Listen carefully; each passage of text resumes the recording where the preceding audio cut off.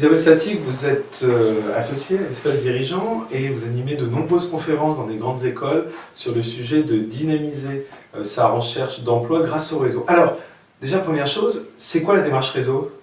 Alors la démarche réseau, elle est absolument essentielle effectivement dans la recherche d'emploi, notamment pour les cadres et les dirigeants. Elle est essentielle pour deux raisons. D'une part parce que le marché pour cette population est essentiellement un marché caché, et par ailleurs parce que eux-mêmes, cadres et dirigeants, sont invisibles dans ce vaste marché caché. Vous le savez, tout le monde le sait aujourd'hui, 70-80% des offres d'emploi pour les cadres et les dirigeants ne sont pas publiées sur les job boards ni chez les chasseurs de tête, mais disponibles sur le réseau, et il s'agit d'aller les débusquer et soi-même se rendre visible. Et c'est à ça que sert cette démarche. Très bien, alors très concrètement, c'est quoi la démarche ?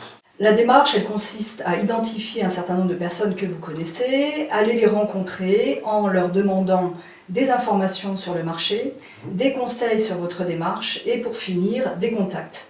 En bref, vous allez demander tout sauf un job. Si je ne sais pas vraiment ce que je veux faire, quel est mon projet, est-ce que je dois enclencher ou est-ce que je peux enclencher déjà la démarche réseau ?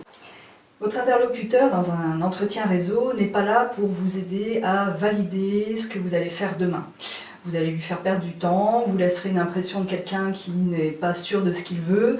On n'a pas plusieurs fois l'occasion de faire une première bonne impression. Donc il est très important d'aller voir votre interlocuteur une fois que vous êtes au clair. Il peut arriver qu'effectivement vous ayez besoin d'un temps au démarrage, lorsque vous bâtissez votre projet, pour pouvoir vous confronter à quelques interlocuteurs professionnels qui vont effectivement vous aider à confirmer que vous pouvez vous engager dans une voie et que vous avez les arguments pour convaincre.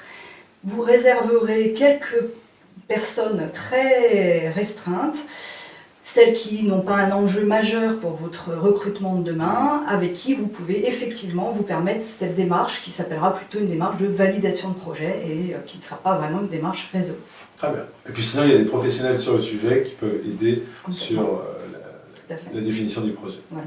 Mais ça n'exclut pas, c'est pas parce que vous travaillez avec un professionnel que pour autant il n'y a pas un moment où il faut effectivement aller rencontrer quelques personnes et être un peu plus, se dévoiler davantage sur une hésitation entre deux voies possibles et dans ce cas-là, eh bien effectivement, comme je viens de le dire, aller rencontrer quelques interlocuteurs bien ciblés.